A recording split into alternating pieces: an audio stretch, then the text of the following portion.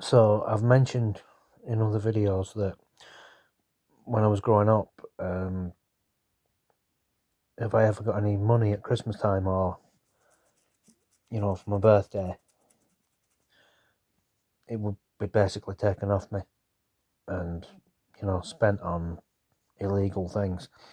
But what I didn't mention was, and anybody who's had to deal with anybody that's addicted to hard drugs, I've never taken any. I've said this before, I've never taken any. This happened to me. It was my property that was stolen. But anybody that's had to deal with somebody like that, you know that they'll take your stuff and sell it, and then they'll act like, oh, I don't know what happened to it. I have no idea. Why do you think it was me? Anyway, so on top of having my birthday money taken off me, this especially happened with DVDs when I first started getting DVDs. When they were like, it was around the time they first started coming out in the late 90s. I didn't immediately start getting them. I started getting DVDs. I'm not completely sure when they did first start coming out, but when I first started getting them anyway, it was when I got PlayStation 2 and it had a DVD player on it. So, I'll give a few examples. There's a film called Sleepy Hollow, Johnny Depp's in it. I bought it, watched it, and the next day it was gone. So, I went and bought another copy. Same thing happened. And this happened with this one film, this happened 5 times. Then I just thought, I'm not allowed to have it, so I just won't buy it again. I actually do have a copy of it now, but whatever. The other one it happened with that was really ridiculously over the top was Terminator 2. It came out on DVD, and I got the special edition. It had the metal box and everything, postcards with it. Watched it, put it in my bedroom. Next day, went to find it, we're gone. So I bought another copy. And these things are like 20, 25 quid each, by the way. So I bought another copy. 20 minutes later, after I took it back into the house, put it on my bookshelf, went downstairs. Whatever I was doing, I don't know. Went back upstairs. Gone. No explanation. It's just not there anymore. It got off the shelf and walked off on its own, apparently. It happened with other films as well. They're the two that really stick out in my mind because, especially Sleepy Hollow, I went and bought 4 or 5 copies of it, and they just kept going and going and going. How many times are you supposed to put up with this? And I say anything, and it's like, you're so out of order for saying anything. It's like, I'm not allowed to own anything. Then this was when I'm not sure exactly what year it was, but I was in my late teens or early 20s, and I still lived at home, obviously, but, and it happened with loads of my other DVDs as well. I can't remember just off the top of my head, but they were the two that really stick out because they were the ones that really were taking the piss. Money as well. I couldn't leave money in the house. I put it down, and it'd be gone. And to be honest, I was saving up pound coins, and I'd managed to keep it hidden, and I had maybe £200 or £300 worth of pound coins that I'd just been saving up. It took me ages, and I should have put it in the bank, but I liked at the time I didn't want to have the money in the bank. I wanted to have it so I could get it if I wanted it, but I was saving up. I've always been saving up to try and get a mortgage or a house, and I didn't actually manage to save the money up until 5 years after my mum had died. I managed to get enough money for a deposit on a house. But all the years before that though, I couldn't do it because every time I saved any money up, it'd just vanish. I don't know how many times it happened. I reckon over the years, if I added everything up, it's at least £10,000 I got ripped off for. And I don't like saying this about it. I really don't, but I don't see why I should keep quiet about it now.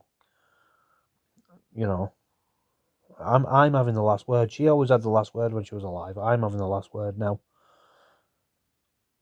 But I feel bad about it by the same token. And like, I don't know if I've said this or not. I might as well say it. But when my dad was a nasty drunk, and he did physically hurt her. You know, this was when I was only like a small child. Before I can remember even. But he did. He did used to hit her. But I think because I looked like him, she used to get like depressed or whatever, and then she'd start having a go at me about it. Your dad did this. Your dad did do that. Your dad did this. Your dad did that. He did the other. Well, I didn't tell him to. I didn't want him to do these things, but it's like, oh, you idolised your dad. Oh, did I?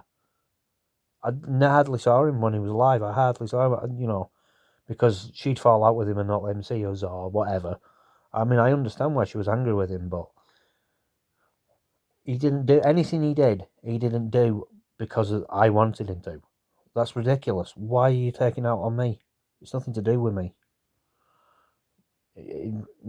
So many times. So I just said to her one day, I'll never mention him again. I'm not mentioning him until you do. And then like years later, she's like, oh, you never talk about your dad, do you? Oh, yeah. I wonder why. Because, it was just like an excuse for her to have a go at me, I feel like. Like she'd get drunk or whatever. And she'd start having a go at me. Why are you having a go at me? What's it got to do with me? I don't control other people's actions. But anyway, going back to what I was saying, yeah, I'd always get ripped off. So many times I'd have money taken out my room and things like that. Anybody who's dealt with somebody who has this addiction problem, you know what I'm talking about. But then she got older and it was like, she like acted like she would never do anything like that. I've kind of lost my train of thought now, but that's what happened anyway. And then she'd like, I remember once she said to me, I was trying to save up for the money for the deposit to get a house. And she said to me, how much money do you actually want? Well, I want enough, don't I? I want the amount that I need to do the thing that I want to do. And it's really hard. I don't have the best job in the world. It's not the best paid job in the world. I don't think it's much to ask. Anyway, I don't want to live in a council house. I lived in council houses all my childhood and everything, and you constantly have somebody telling you can't do this, you can't do that, you can't do the other. I want to be my own master. I don't want somebody looking over my shoulder telling me what I can and can't do. I had enough of it. The other thing is as well, if you can get into a house of your own, then that's another house it's a council house that somebody else can have in it. That's the way I look at it. I've got my own house now, so I'm not. All right, big deal as one person, I know, but and I know these days as well, it is hard to buy a house. It's very expensive, but whatever. I'm going off the point. Anyway, I'm going to leave it there. That's all I wanted to say. Really, is just I